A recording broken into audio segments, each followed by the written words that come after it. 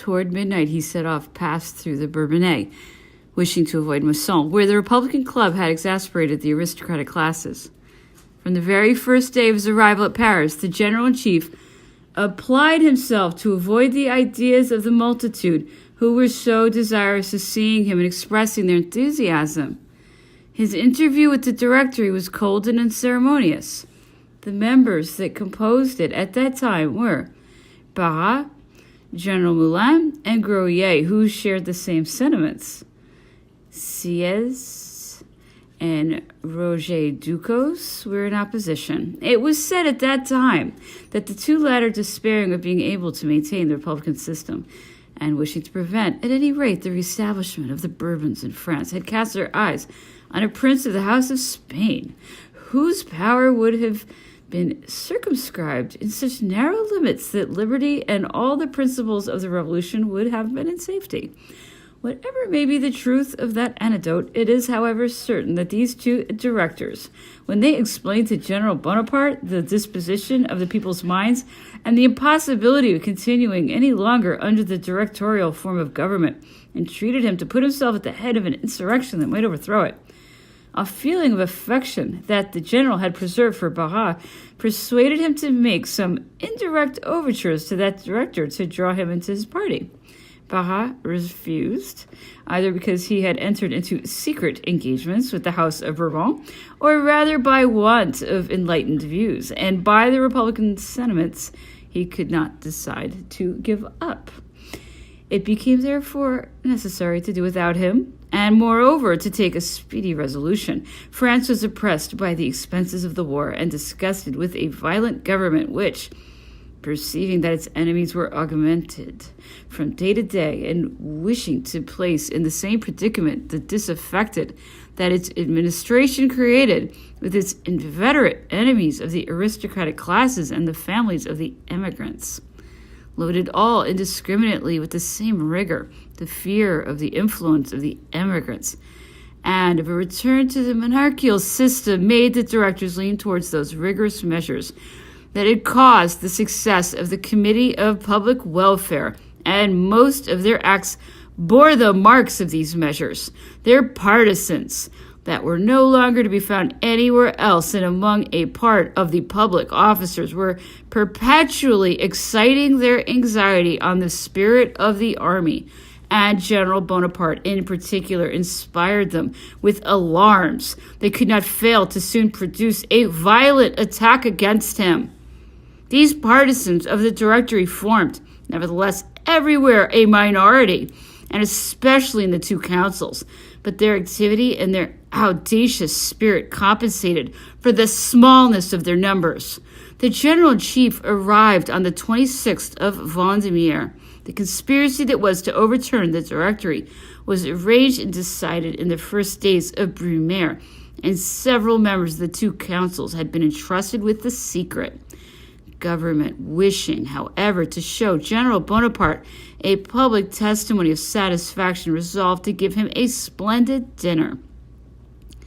It was decided that the board should be spread in the nave of the Church of Saint-Sulpice. Arrangements were made to bring together the two councils and all the high officers of the state. The general-in-chief went there with a few generals and with his staff. An immense table in the form of a horseshoe filled the whole church. The general-in-chief sat next to the president of the Directory. He trusted so little to the good faith of the government that he ordered a loaf of bread and half a bottle of wine to be brought there for his private use. I had not been previously informed of that circumstance, and I only learned it when Duroc asked me in the church for those 2 articles of provisions which were fetched from the general's coach. I never witnessed a more silent assembly, nor one where the guests showed less confidence and cheerfulness. Scarcely anyone addressed his neighbor, and those who were in the secret of the plot preferred not to speak rather than to risk dangerous conversation with neighbors who might differ in opinion with them. The toasts that were given were received with that enthusiasm and even the one meant for General Bonaparte. So deeply were the minds of everyone prepossessed with their own private thoughts. After having sat for about half an hour, the general got up, walked slowly round the tables, addressed a few words to the guests, escaped by a side door, and was back at his own lodgings before anyone had observed his absence. The most celebrated general officers of the army were at the time nearly all at Paris.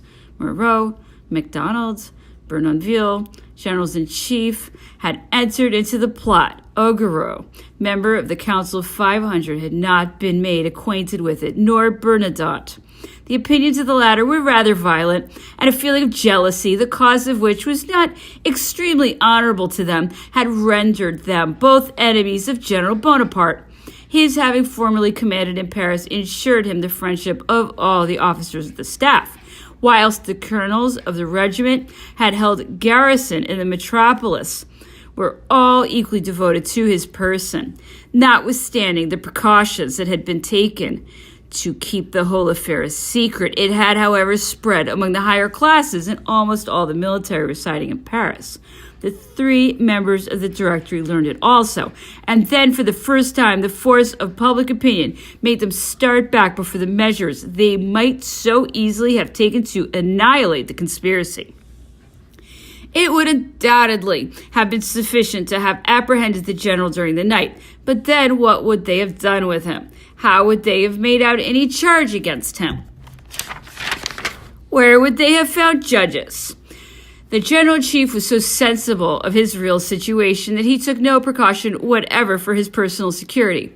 He was surrounded by nobody but his aides-de-camp. He seldom went out and worked principally with Roeder, in whom he placed his chief confidence.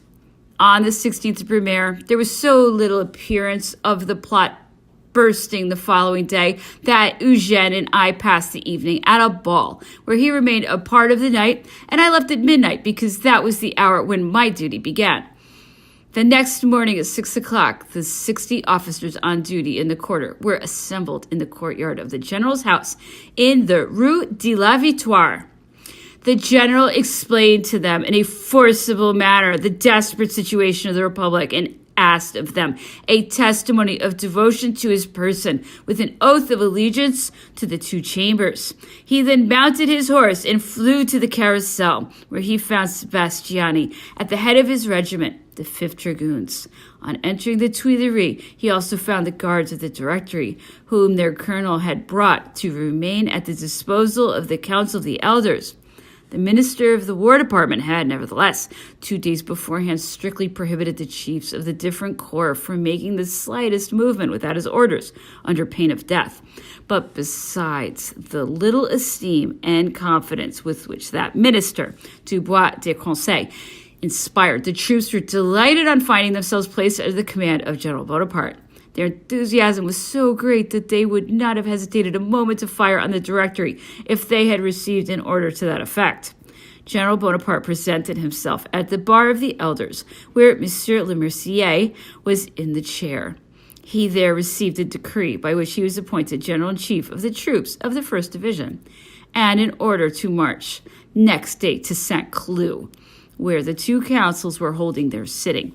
In fact, the following day, the majority of the 2 councils assembled in the palace of Saint-Cloud. The general had required Monsieur Gourier, president of the Directory, to tender his resignation, but he refused, and as a lawyer, the reason he gave was that the order was contrary to the Constitution. His wife remained with Madame Bonaparte, and they were obliged to work upon her alarm to obtain her husband's submission. The Council of Elders, not being very numerous, had been easily accommodated in one of the large apartments, but the Council of 500, which was to sit in the conservatory, had not yet been able to assemble because the preparations were not completed. In consequence, the sitting did not open until 3 o'clock. Lucien Bonaparte was in the chair. Great excitement prevailed. The friends of the Directory seemed to be more numerous than the day before. They all showed themselves indignant at a measure which, bearing all the characteristics of a coup d'etat, presented besides what they called liberticide violence and an odious violation of the Constitution. Scarcely had the debates begun when one of the members proposed that each individually should mount the tribune and swear allegiance to the Constitution of the year 3. The general had given me orders to remain in the hall and bring him every 5 minutes a report of what was going forward. The ceremony of the oath was undoubtedly meant to gain time and prolong the sitting until night should fall. In the space of 5 minutes, no more than 3 oaths were taken, so that it was evident more than 5 hours would elapse before the ceremony was terminated.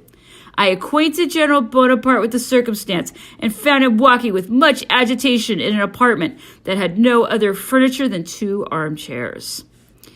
Sieyes was alone with him, sitting next to the chimney before a burning faggot, which he was poking with a stick, for there was not even a pair of tongs. After having listened to what I had to say, General Bonaparte turned abruptly to Sieyes and observed, "Now you see what they are doing." Oh, answered the other coolly. "To swear to a part of the Constitution may be right, but to the whole Constitution, that is too much." I retired to the adjoining apartment, where I found about 30 officers of the staff and General Berthier in the midst of them. All their faces were lengthened, and they looked gloomy. When I told General Berthier what was going forward at the 500, he grew pale and heaved a sigh. But all of a sudden, the folding door opened, and General Bonaparte appeared, beating the floor with a whip and exclaiming, "This must have an end!" They all rushed out, and we soon found ourselves at the entrance of the courtyard, where a regiment of infantry just arrived from Paris were ranged in line of battle. He assembled the officers, harangued them for a few minutes, and then, turning his horse's head, he galloped back to the foot of the great staircase, which he rapidly ascended, and presented himself to the bar of the Council of Elders. The speech he made there was faithfully reported in the papers of the time, but his agitation of mind was carried to such a pitch that he hesitated, and his words were uttered with an utmost disorder. When he arrived at that part of his speech where he mentioned that a great plot had been formed against liberty, one of the members of the council said coolly to him, "General, you must reveal that plot." Instead of answering him, the general continued, still in a little confusion. But at last, recovering his presence of mind, he went on with a firmer voice and finished his speech. One part of the council had shared his emotion. The other, on the contrary, enjoyed his confusion. And as the council was to deliberate on what he had said, he withdrew. But instead of returning to the place he had come from, he went to the council of 500. In the vestibule, he found the grenadiers, who took up arms. The noise they made alarmed the assembly, and when Bonaparte presented himself, a great number of members rushed forward to meet him with angry cries, among which one might have distinguished the word dictator. He was so pressed between the deputies, his staff, and the grenadiers who had rushed to the door of the apartment that I thought for a moment he would be smothered. He could neither advance nor go back. At last, those who had accompanied him felt that it was necessary to open a passage for him, and they succeeded, though not without violent efforts. He then went down to the courtyard, mounted his horse, and remaining at the foot of the staircase, he sent an order for the president to come to him, which the latter did as soon as he could escape. In the meanwhile, the confusion in the assembly was carried to the highest pitch. Several members, rushing forward to the windows which opened into the courtyard, pointed to him and cried out, "Down with the dictator! Let him be outlawed!" At that moment, Monsieur de Talleyrand, Arnaud, the poet, and some other persons with whom I was talking suddenly turned as pale as death. They all fled, except those I've named. The terrible word of outlaw, or la loi, still possessed all of its magic force, and if a general of some reputation had put himself at the head of the troops of the interior, it would be difficult to guess what might have happened. But the general took a resolution and gave Murat orders to clear the hall. Murat placed Colonel Dujardin at the head of a detachment of grenadiers who crossed the hall at a quick pace. When the colonel was at the end of the hall, he turned round towards the members, who filled the benches. But these, getting out by the windows, disappeared and laid down their costume, which consisted of a sort of Roman toga with a square cap. When General Bonaparte entered the hall of the Council of 500, one of the grenadiers who had followed him received a thrust from a dagger which penetrated his coat, and which in all probability had been meant for the general. The grenadier was rewarded and I think died a captain. The deputy marked out as an assassin was a Corsican called Arena. He perished a short time after, being implicated in the conspiracy of which Coraci and Tobino Lebrun were at the head, and the object of which was to assassinate the first consul at the Opera in the midst of the confusion they intended to create by letting off squibs. Having left France a few days after the 18th Brumaire, I could obtain no particulars of the affair. Immediately after the expulsion of the deputies, the members of the two councils who had been appointed to consult on the measures that were to be taken met, and on the 19th, the city of Paris, and soon after all the rest of France, learned that General Bonaparte had been created first consul, and that Messieurs Commissaire and Lebrun were to be second and third consuls with him. The former had been a magistrate in the Parliament of Aix. He was celebrated for his thorough information and his conciliating temper. He had sat in the convention, and his mitigated vote in the king's trial gave the true measure of the weakness of his disposition. The third consul, Monsieur Lebrun, was said to have written the beautiful ordinances of Chancellor Maupeou, whose secretary he had been. He was a very well-informed man, and published two remarkable translations, one of the Iliad and the other of Tasso's Jerusalem Delivered. He had the reputation of being a great financier. The discernment of the first consul in appointing him was universally applauded. The minister of police at that period was Monsieur Fouché, subsequently Duke of Otranto. On the 17th Brumaire, he had pledged his word to General Bonaparte to serve him unreservedly. But on the 18th, as I was walking up and down the apartments of Saint-Cloud, I met one of my old schoolfellows named Thoreau, whom I had not seen since I left college. He told me that he was Secretary General of the Police, and I questioned him rather in a pressing manner. He confessed that his master had sent him to Saint-Cloud to witness the event, and that we must succeed at any cost, as he was well enough acquainted with his patron to know he would make us pay our failure dearly. In truth, we learned since that the minister had taken measures to have us apprehended and perhaps shot if the undertaking at Saint-Cloud had not completely succeeded. The emperor learned that circumstance, and knowing his own strength, he used sometimes to joke with his minister about it.